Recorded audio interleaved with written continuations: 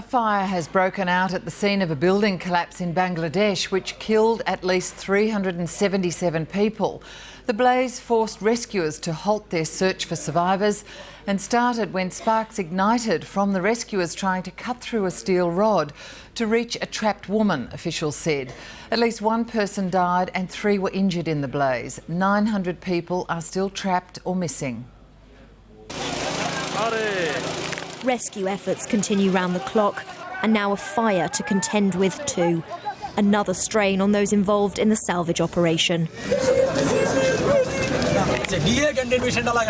Fire broke out as soon as engineers started to operate one of the machines. It was a big fire. My colleagues moved out with great difficulty. Now all of us are out, but only Allah knows what happened to the girl. It was such a big fire. And for the workers' families too, it's been another day's anxious wait. Hundreds of those inside the factory which collapsed 5 days ago still unaccounted for.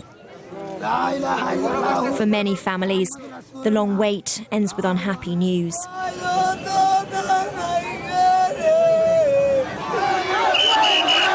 Angry as the number of dead and injured grows, they want answers. Some may finally be on the way. The owner of the factory arrested as he tried to flee the country.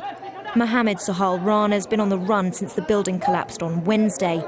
Flown back to Dhaka, he faces charges of causing unlawful death and faulty construction, as well as the anger of a nation in mourning.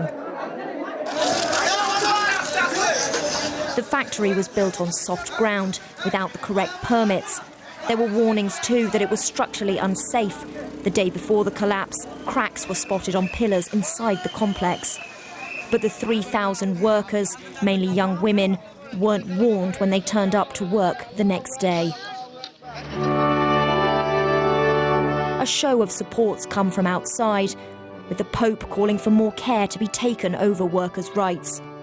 In this special moment, I wish to deliver a prayer for the numerous victims of the tragic factory collapse in Bangladesh.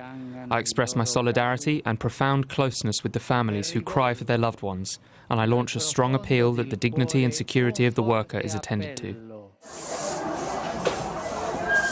Now there are fears that what had been a rescue operation has become simply a search for bodies.